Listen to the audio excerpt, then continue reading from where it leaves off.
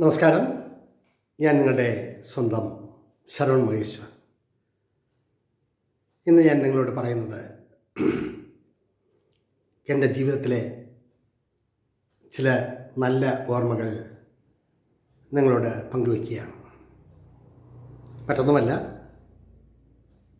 എൻ്റെ അച്ഛൻ ജനിച്ചതും വളർന്നതും ജീവിച്ചതുമെല്ലാം കുമരകമെന്ന ആ സ്ഥലത്താണ്. ഇന്ന് ലോകം മുഴുവൻ അറിയപ്പെടുന്ന കുമരകം. ഈ ഇടയ്ക്ക് നമ്മുടെ ഇന്ത്യൻ പ്രസിഡൻറ്റ് ശ്രീമതി ദ്രൗപദി മുർമു അവിടെ വന്ന് താമസിക്കുകയുണ്ടായി. മുൻപ്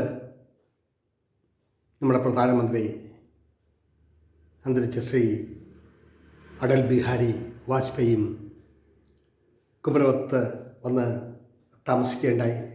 അപ്പോൾ ആ നിലയിലെല്ലാം ലോക ഭൂപടത്തിൽ കുമരകത്തിൻ്റെ പേര് തങ്ക ലിപികളിൽ കുത്തിയിരിക്കുകയാണ്. എൻ്റെ അച്ഛൻ്റെ നാട്ടിൽ ചെറുപ്പകാലത്ത് സ്കൂൾ അടപ്പിന് മാസങ്ങളോളം അവിടെ ചെന്ന് നിൽക്കുമ്പോൾ ഉണ്ടാകുന്ന കുറേയധികം നല്ല നല്ല ഓർമ്മകൾ. അന്ന് 90ഓളം നായർ കുടുംബങ്ങൾ അവിടെ പടർന്ന് പന്തലിച്ച് ജീവിച്ചിരുന്നു. ഒപ്പം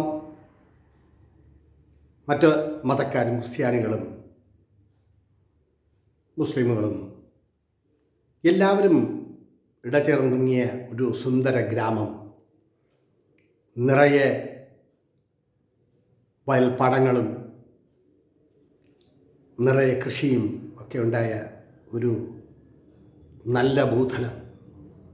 എല്ലാ അവധിക്കും അവിടെ ചെല്ലുമ്പോൾ അവിടെ എൻ്റെ അച്ഛൻ്റെ 2 സഹോദരിമാർ, കൊച്ചപ്പച്ചിയും വലിയപ്പച്ചിയും, പിന്നെ അവരുടെ കുടുംബക്കാർ, പിന്നെ പൊങ്ങപ്പള്ളിയിൽ വീട്, ആപ്പിച്ചേരി,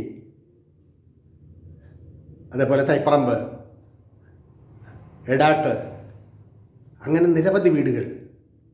ബാല്യത്തിൻ്റെ കൗമാരം തുടങ്ങുന്നതിന് മുൻപുള്ള ആ കാലഘട്ടത്തിൽ സ്ഥിരമായി എല്ലാ വെക്കേഷനും അച്ഛൻ്റെ വീട്ടിൽ പോവുകയും വേളൂത്തറയും കല്ലുവരയ്ക്കലും അങ്ങനെ നിരവധി വീടുകൾ. ആ 2 മാസക്കാലം മഴ സമയത്താണെങ്കിൽ വീടിൻ്റെ മുന്നിലൂടെ ചെറിയ തോടുപോലെ വെള്ളം ഇങ്ങനെ ഒഴുകുമ്പോൾ ആ വെള്ളത്തിന് എതിരായി കടന്നു വരുന്ന മത്സ്യങ്ങൾ പിടിക്കാൻ ഞങ്ങൾ ഒരു കൂട്ടം പിള്ളേർ അവിടെ കറങ്ങി നടന്ന കാലം. ആമ്പൽപ്പൂക്കൾ കൊണ്ട് നിറഞ്ഞ പാടങ്ങൾ, എല്ലാ വീടിൻ്റെ ഉള്ളിൽ വലിയ വലിയ കെട്ടുവള്ളങ്ങൾ വരെ വന്ന് അടുത്ത് നിൽക്കാവുന്ന തോടുകൾ.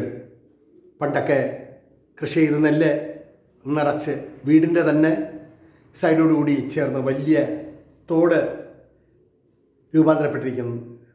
വിധിയിടിക്കുകയും കൊയ്യുകയും ഒക്കെ ചെയ്യുന്ന ഭൂമി. വിത്തുവെട്ടിലെ ഡോക്ടർ, പാറക്കലിലെ എബ്രഹാം ഡോക്ടർ, രവി എന്ന ഞാൻ അവിടെ ചെല്ലുമ്പോൾ എല്ലാ വീടുകളിലും കൊച്ചു കൊച്ചു കുളങ്ങളുണ്ട്. ഒന്ന് കുളിക്കാനും ഒന്ന് വെള്ളം കുടിക്കാനും. അയിത്തവും മറ്റും നിലനിന്ന ഒരു കാലഘട്ടത്തിലും അച്ഛൻ അതിനെയെല്ലാം ധീരമായി എതിർത്തിരുന്നു. ഉന്നത കുലജാതർ എടുക്കുന്ന വെള്ളം ഉള്ളതിൽ മറ്റു താഴ്ന്ന ജാതിക്കാർ വരാൻ പാടില്ല എന്നൊക്കെയുള്ള ആ കാലഘട്ടത്തിൽ തന്നെ അതിനെയെല്ലാം എതിർക്കുകയും അവർക്കും വീട്ടിൽ വന്ന് വെള്ളം എടുക്കാനും അങ്ങനെയൊക്കെയുള്ള ഒരു കാലം. അന്ന് വെളുത്തറയിലെ 2 അപ്പച്ചമാർ, 2 പേരും 90 വയസ്സ് കഴിഞ്ഞാണ് അദ്ദേഹം വെടിഞ്ഞത്. അവിടുത്തെ വീട് കംപ്ലീറ്റും തടി കൊണ്ടാണ് ചെയ്തിരിക്കുന്നത്. നല്ല തടിയിൽ ഏകദേശം 150-200 വർഷത്തോളം പഴക്കം വരും.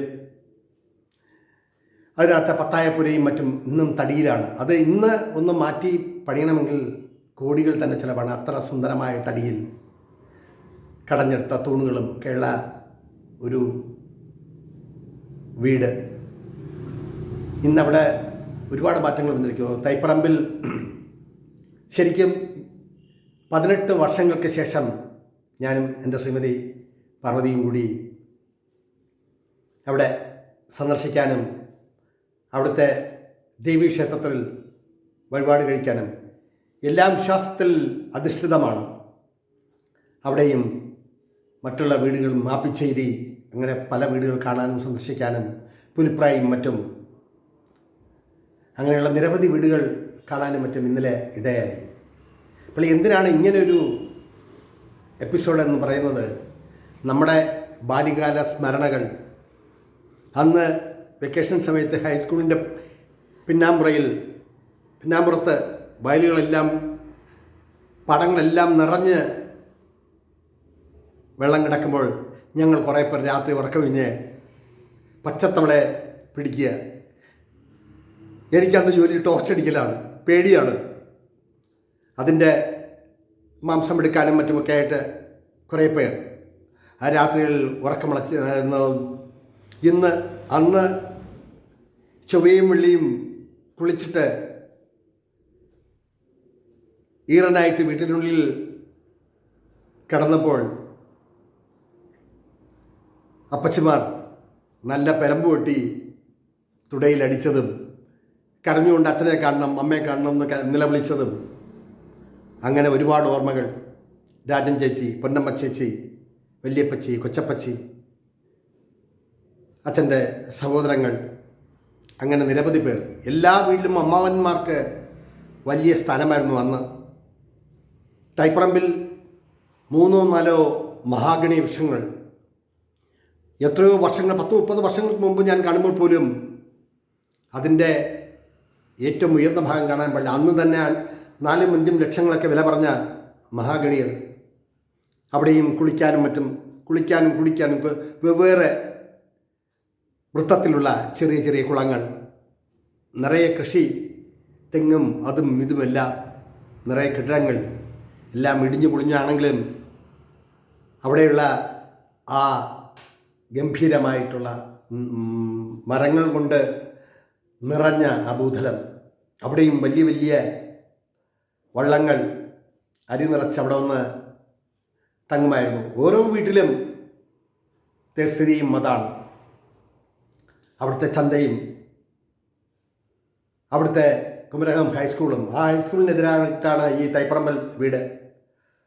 അവിടെ മാമയും തങ്കപ്പച്ചേട്ടനും ചേച്ചിയും എല്ലാം കാലത്തിൻ്റെ ഒഴുക്കിൽ പെട്ടുപോയിരിക്കുന്നു. ഈ അടുത്ത കാലത്ത് ഞാൻ അവരുടെ മകൻ വിനോദിൻ്റെ ഭാര്യ ടീച്ചറെയും ഒക്കെ വിളിച്ച് സംസാരിച്ചിരുന്നു. വീഡിയോ കോളിലൂടെ അവരെ കാണുകയൊക്കെ ചെയ്തു. അപ്പോൾ എന്തായാലും അവിടെ വന്ന് കാണാമല്ലോ എന്ന് കരുതി 18 വർഷങ്ങൾക്ക് ശേഷമാണ് ഞാൻ അവിടെ പോകുന്നത്. ശരിക്കും കണ്ണു നിറഞ്ഞുപോയി. മറ്റൊന്നുമല്ല, അന്ന് ഓടിക്കളിച്ച് വളർന്ന ആ വീടുകളിൽ ഏറിയ പങ്കും വിറ്റുപോയിരിക്കുന്നു. മറ്റു പലരും അത് വാങ്ങി അവിടെ വലിയ വലിയ ബുൾഡോസർ കൊണ്ട് ഇടിച്ചു നിർത്തും മാതിരി വലിയ വലിയ മോഡേൺ വീടുകൾ അവിടെ പണിതുയർത്തുന്നു. ഓരോ വീടുകളിലും 1-2 പേർ, അമ്മയെ നോക്കാൻ വേണ്ടിയുള്ള മകൻ, മകനെ നോക്കാൻ വേണ്ടി അമ്മ, അങ്ങനെ ഓരോ വീടുകളിലും 1-2 ആൾക്കാർ. എല്ലാ വീടുകളിലെയും 90% വീടുകളും പലർക്കായി വിറ്റുപോയിരിക്കുന്നു. ഈ ഇടയ്ക്ക് വിനോദുമായിട്ട് സംസാരിച്ചപ്പോൾ വിനോദ് എന്നോട് പറഞ്ഞു, എന്തിനാ ചേട്ടാ വിഷമിക്കുന്നത്? ഇംഗ്ലണ്ടിലും അയർലൻഡിലും യൂറോപ്പിലും ഫ്രാൻസിലും എന്ന് വേണ്ട നിരവധി രാജ്യങ്ങളിലേക്ക് ഇവിടുത്തെ സ്വത്തെല്ലാം വിറ്റിട്ട് അവർ തിരികെ നമ്മുടെ നാട്ടിൽ ഇന്ത്യയിൽ വരുമോ എന്ന് തന്നെ സംശയമാണ്. അവർക്ക് ഇവിടെ ഒരു കടപ്പാടുമില്ലല്ലോ എന്ന് തോന്നി. പുലിപ്ര എന്ന് പറയുന്ന ആ വീട്ടിലെ വല്യച്ഛനും വല്യമ്മയും, അവിടെ ഒരു തോടുണ്ടായിരുന്നു. ശ്രീ ജയരാജ് സംവിധാനം ചെയ്ത ഒറ്റയാൽ എന്ന ചിത്രത്തിൽ കുറേ സീനുകൾ അവിടെ വെച്ചിട്ടാണ് ഷൂട്ട് ചെയ്തത്. ആ വീട് മാത്രം അതേപടി നിലനിർത്തിക്കുന്നത്. അതിൻ്റെ മുന്നിലൊരു തോടുണ്ട്, അത് കംപ്ലീറ്റ് പായൽ കൊണ്ട് നിറഞ്ഞ് എല്ലാവരുടെയും വീടിനകത്തേക്ക് കിടക്കാനുള്ള ചെറിയ പാലങ്ങളുമൊക്കെയായി വന്നപ്പോൾ ആ തോടും മരിച്ച ഒരു അവസ്ഥയിലാണ്. അവിടുത്തെ ചേച്ചിയെ എത്രയോ കൊല്ലങ്ങൾക്ക് മുമ്പ് പ്രസവ ശുശ്രൂഷയ്ക്ക് വേണ്ടി കൊണ്ടുപോയത് വെള്ളത്തിൽ കസേരയിട്ട് ഇരുത്തിയാണ് കൊണ്ടുപോയത്. അവരിന്ന് ബോംബെയിൽ മകനോടൊപ്പം താമസിക്കുന്നു. അവരുടെ ഭർത്താവ് ദിവംഗതനായ സൗത്ത് ഇന്ത്യയുടെ എയർലൈൻസിൻ്റെ സീനിയർ മാനേജറായി റിട്ടയർ ചെയ്ത അദ്ദേഹം കുറച്ച് നാളെയായുള്ളൂ കാല യവനികയിൽ മറഞ്ഞിട്ട്. പക്ഷെ ആ വീട് ആരും നോക്കാനും ആരും താമസിക്കാനും ഇല്ലാതെ തുച്ഛമായ വിലയ്ക്ക് വിറ്റ് കഴിഞ്ഞിരിക്കുന്നു. ആർക്കും അതിൽ ഒരു കുണ്ഠിതവുമില്ല. പക്ഷെ ആ വീടും ആ പരിസരവും ഇന്നും അതുപോലെ നിലനിർത്തിക്കുന്ന കണ്ടപ്പോൾ ശരിക്കും അതിനുള്ളിൽ ഒന്ന് കയറി കണ്ടാലോ എന്ന് തോന്നി. ബാല്യകാലത്ത് എന്നും ഓടിക്കളിച്ചും എല്ലാ വീടുകളിലും പോവുകയും വരികയും എല്ലാവരുമായി സ്നേഹം പങ്കിടുകയും ഒക്കെ ചെയ്ത ആ ഓർമ്മകൾ ഇന്ന് ആ തോട് വറ്റി വരണ്ടിരിക്കുന്നു. ഓരോ വീടുകളും മോഡേൺ രീതിയിൽ ചിലരൊക്കെ പണിഞ്ഞു. ഇപ്പോൾ 90 വീടിൻ്റെ സ്ഥാനത്ത് വെറും 5-6 വീടുകൾ. കോടികൾ വിലമതിക്കുന്ന 15 സെൻറ്റോളം സ്ഥലത്ത്, എൻ്റെ അച്ഛൻ വാങ്ങിയ സ്ഥലത്ത് ഇന്നവിടെ ഒരു ബാറും മദ്യം വിൽക്കുന്ന ഒരു സ്റ്റേഷൻ സ്ഥാപിച്ചിരിക്കുന്നു. വെളുത്തറയിലെയും മറ്റും തോടുകൾ എല്ലാം അടഞ്ഞ് അവിടെയെല്ലാം 3-4 വീടുകൾ വീണ്ടും വന്നിരിക്കുന്നു. കാലത്തിൻ്റെ പോക്കിൽ അവിടെ അപ്പച്ചിമാരുടെ മക്കളും അവരുടെ മക്കളുമൊക്കെയായി ചിലരൊക്കെ അവിടെ താമസിച്ചു, ചിലരൊക്കെ ബോംബെയിൽ, ചിലരൊക്കെ ട്രിവാൻഡ്രത്ത്. അങ്ങനെ രാവിലെ അവിടെ പോയി അവിടുത്തെ ദേവീക്ഷേത്രത്തിൽ തൊഴുതു മടങ്ങി അതിനടുത്തുള്ള ശാസ്താ ക്ഷേത്രത്തിലും മറ്റും തൊഴുത് അമ്പലത്തിലെ കുമരകം ഭഗവതി ക്ഷേത്രത്തിലെ പായസം അതിഗംഭീരമാണ്. അത് ഒരിക്കൽ കഴിച്ചവർ കടും പായസം എന്ന് പറയും. അത്രമാത്രം അന്നും ഇന്നും അതിൻ്റെ രുചിക്ക് ഒരു കോട്ടവും തട്ടിയിട്ടില്ല. അത് വലിയൊരു ആശ്വാസമായി തോന്നി. 6-7 മണിക്കൂർ ചെലവിടുന്നതിനിടയിൽ വേമ്പനാട്ടുകായലും പരിസരവും അവിടെ ഒരു കുരിശുണ്ട്. ഇന്ന് അവിടെ പൂട്ടൊക്കെ ഇട്ട് പൂട്ടിയിരിക്കണം. പണ്ട് അവിടെ കയറി നിന്ന് നമുക്ക് വേമ്പനാട്ടുകായലിൻ്റെ സൗന്ദര്യം നമുക്ക് ആസ്വദിക്കാം. ഒരുപാട് ബോട്ടുകൾ അതുവഴി അങ്ങോട്ടും ഇങ്ങോട്ടും പായുന്നു. ഞാനും എൻ്റെ കുടുംബത്തിലെ ശ്രീധരൻ ചേട്ടനും അദ്ദേഹത്തിൻ്റെ ശ്രീമതിയും എൻ്റെ ശ്രീമതിയും ഞങ്ങൾ 4 പേരും കൂടെ ചെന്ന് അവിടേക്ക് ഒന്ന് പോയി ചുറ്റി നടന്ന് കണ്ടു. ആ പോകുന്ന വഴിയിലാണ് എത്രയോ വർഷങ്ങൾക്ക് മുമ്പ് അവിടുത്തെ ഒരു ചായപ്പീടികയിൽ വെച്ച് കാപ്പി കുടിക്കുന്ന അവസ്ഥയാണ് അവിടുത്തെ ഒരു ബെഞ്ചിൽ ഇന്ന് ഞാൻ ശ്രീ കമൽഹാസൻ അവിടെ ഇരുന്ന് ചായയും ബോണ്ട എന്ന് പറയുന്നൊരു സാധനം കഴിച്ചുകൊണ്ടിരിക്കുമ്പോൾ കണ്ട് സംസാരിക്കുന്നതും ഒക്കെ. അങ്ങനെ കുമരകം രാജപ്പൻ എന്നുള്ള കലാകാരൻ അവിടെയാണ്. അതുപോലെ തന്നെ ഒരുപാട് നാടകങ്ങൾ എഴുതുകയും സംവിധാനം ചെയ്യുകയും അഭിനയിക്കുകയും ഒക്കെ ചെയ്ത കാരിക ബാബു എന്ന കലാകാരൻ നമ്മുടെ ഒരു ബന്ധു കൂടിയാണ്. ഇന്ന് വാർദ്ധക്യ സഹജമായ മൂലം വീട്ടിൽ കഴിയുന്നു. രാജൻ ചേച്ചി, പൊന്നമ്മ ചേച്ചി, സേന്ദ്രച്ചേട്ടൻ ചേച്ചി, അങ്ങനെ നിരവധി പേരെ ഒരു 7-8 മണിക്കൂറിനുള്ളിൽ കണ്ട് ഞങ്ങൾ മടങ്ങിയാണ്.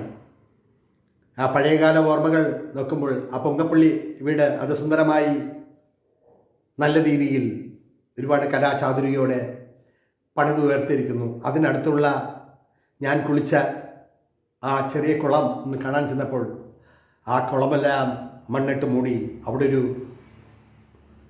വലിയ കെട്ടിടം വന്നിരിക്കുന്നു. ശരിക്കും സങ്കടം വന്നു. ഞങ്ങളുടെ പറമ്പിലെയും തൈപ്പറമ്പ് എല്ലാ വീടുകളിലെയും കുഞ്ഞു കുഞ്ഞു കുളങ്ങളെല്ലാം നിർത്തിയ അത് കാലത്തിൻ്റെ ഒരു പ്രതിഭാസമാണ്. ഞങ്ങളുടെ 45 സെൻറ്റ് സ്ഥലമുണ്ടായിരുന്ന ആ ഭൂവിൽ 3-4 കെട്ടിടങ്ങൾ, പഴമയെല്ലാം പോയി മറഞ്ഞ് ഒരു പുതുമയുടെ രീതി. തൈപ്പറമ്പിൽ കയറി കാണാൻ രണ്ടുപേരും ഉദ്യോഗസ്ഥരായതിനാൽ വൈകുന്നേരം വരെ കാത്തിരിക്കണം. പക്ഷേ ആ ഭൂമി ഉണ്ടപ്പോൾ കുമരകം ഹൈസ്കൂളിന് നേരെ എതിർവശത്താണ്. ആ പഴയ ഭൂമിയും ഇന്നത്തെ ഭൂമിയും തമ്മിൽ ഒരു മരുഭൂമിയുടെ പ്രതീതിയാണ് എനിക്ക് തോന്നിയത്. ശരിക്കും ആ വീടിനുള്ളിലേക്ക് കടക്കാൻ പോലും കഴിയാതെ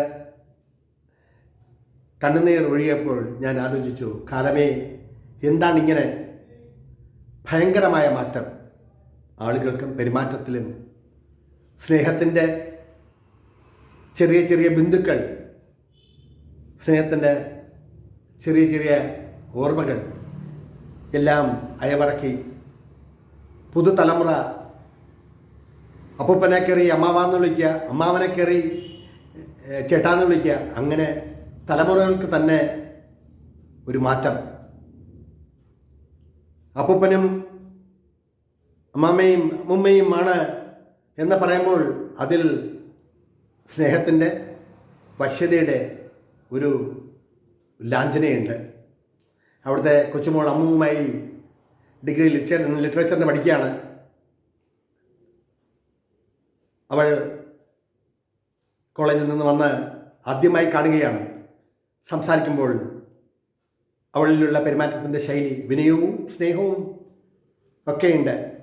പഴയ തലമുറയുടെയും പുതിയ തലമുറയുടെയും രീതികളെല്ലാം മനസ്സിലാക്കി ഉച്ചയ്ക്ക് കരിമീനും മറ്റുള്ള കറികളും കൂട്ടി തൂശനിലയിൽ വിഭവസമൃദ്ധമായി ഉണ്ട്.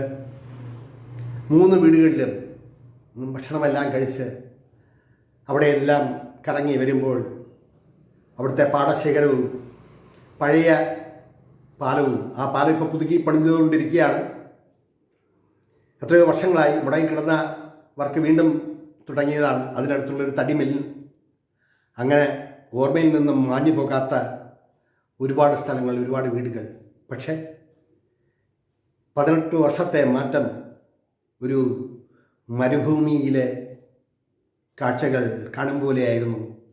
ശരിക്കും മനസ്സും ശരീരവും വിങ്ങി എന്ന് വേണം പറയാൻ. അവരെ കണ്ട ആ വീടുകളിലെ അവരുടെ കുറച്ച് കുശലങ്ങളും അവിടുത്തെ വഴികളും അവിടുത്തെ ഞാൻ കണ്ട വീടുകളും അവിടുത്തെ അമ്പലവും അമ്പലക്കുളവും അങ്ങനെ കൊച്ചു കൊച്ചായിട്ടുള്ള കുറേ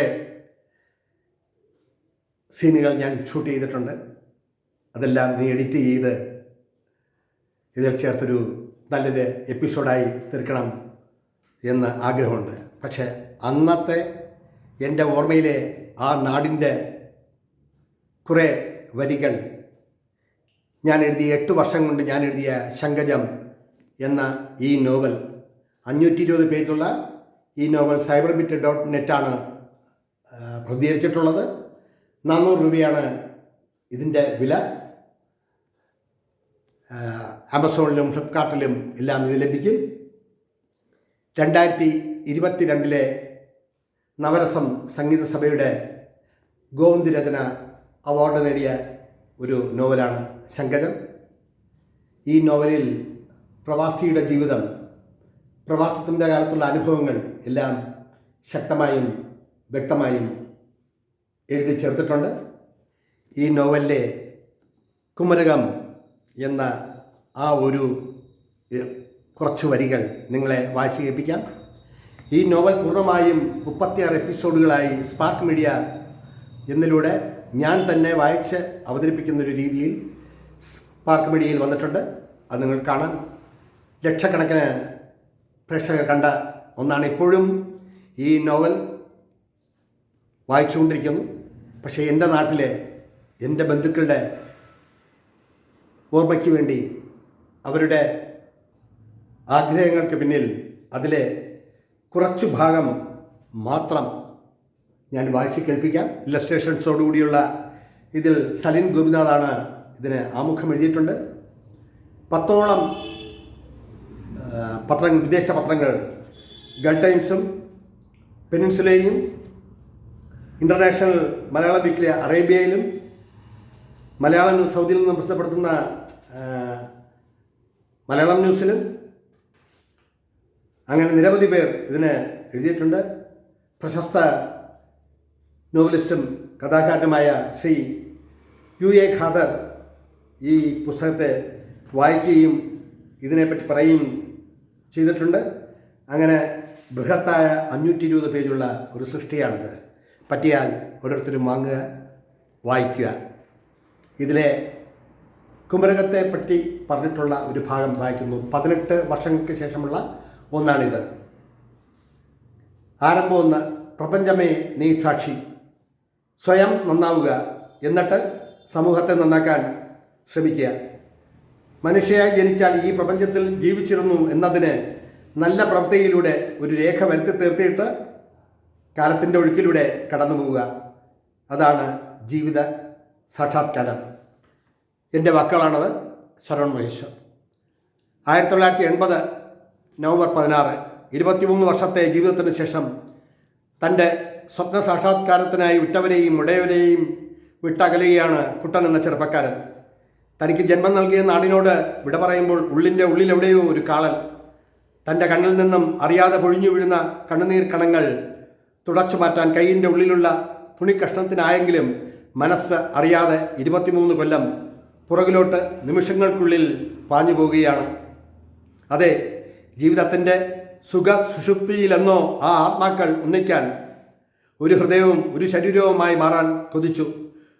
പൊങ്കപ്പള്ളിയിൽ ഗോവിന്ദൻ നായരും കുന്നത്തുപുരയ്ക്കിലെ ലക്ഷ്മിക്കുട്ടിയമ്മയും. അവരുടെ പിന്നാമ്പുറത്തേക്ക് ഒന്ന് നോക്കിയിട്ട് പോകാം.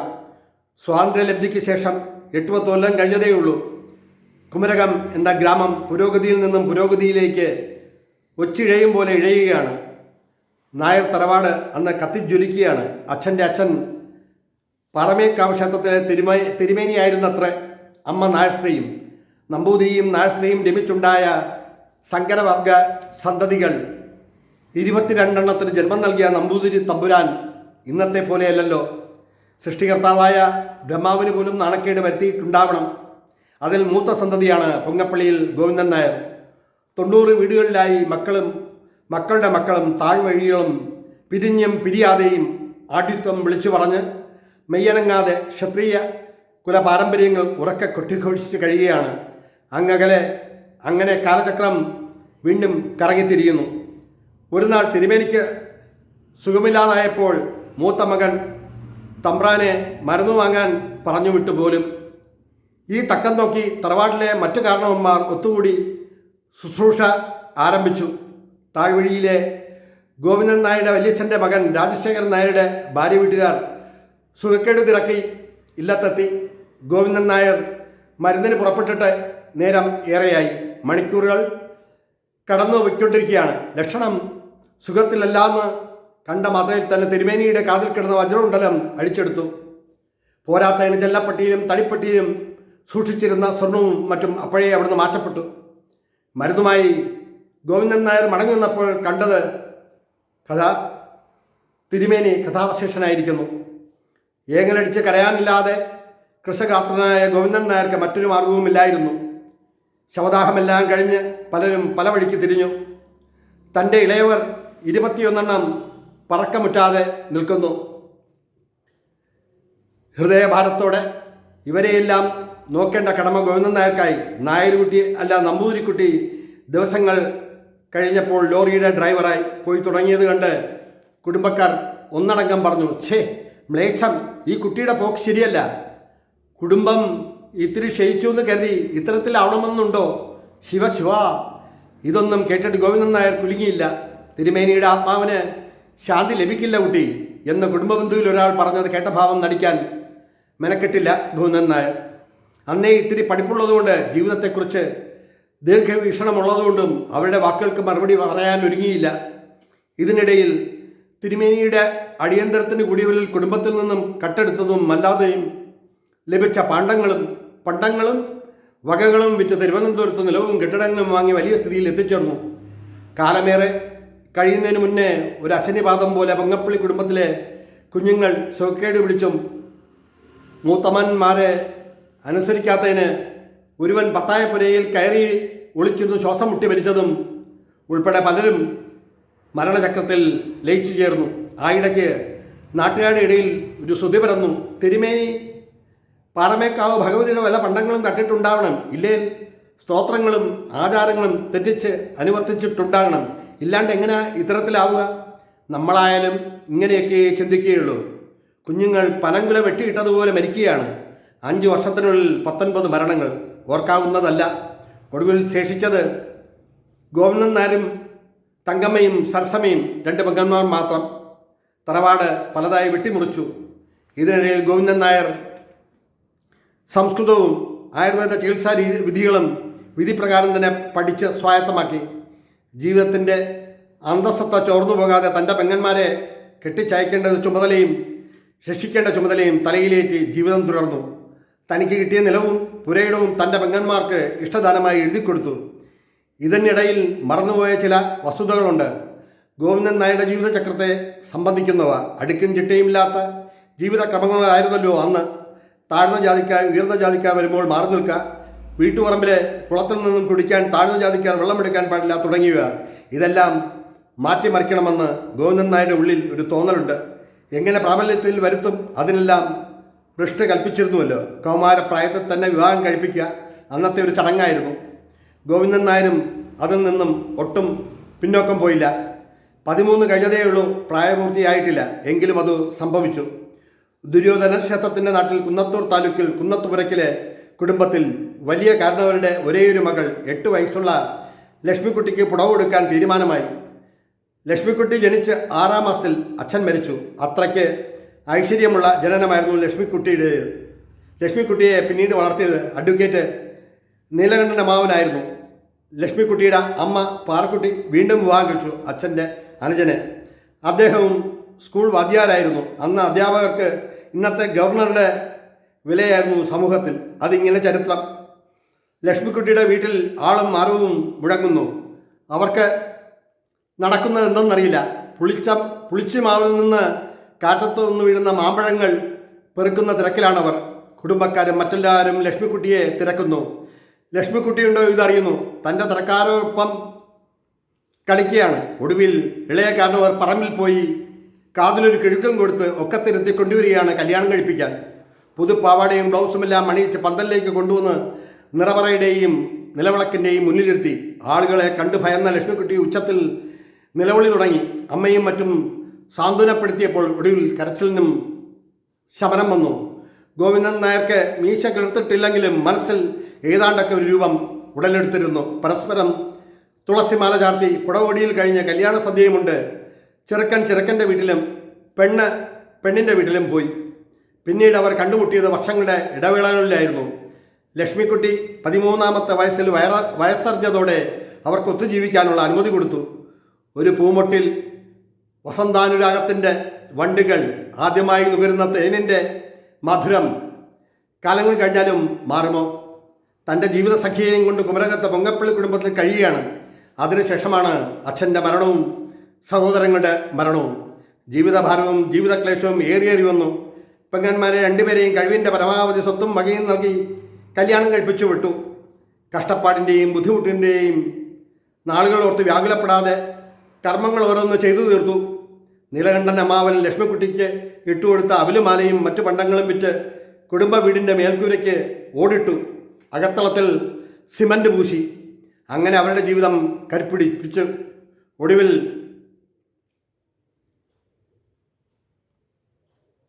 തങ്കമ്മയുടെ ജീവിതത്തിനും മാറ്റങ്ങൾ വന്നു.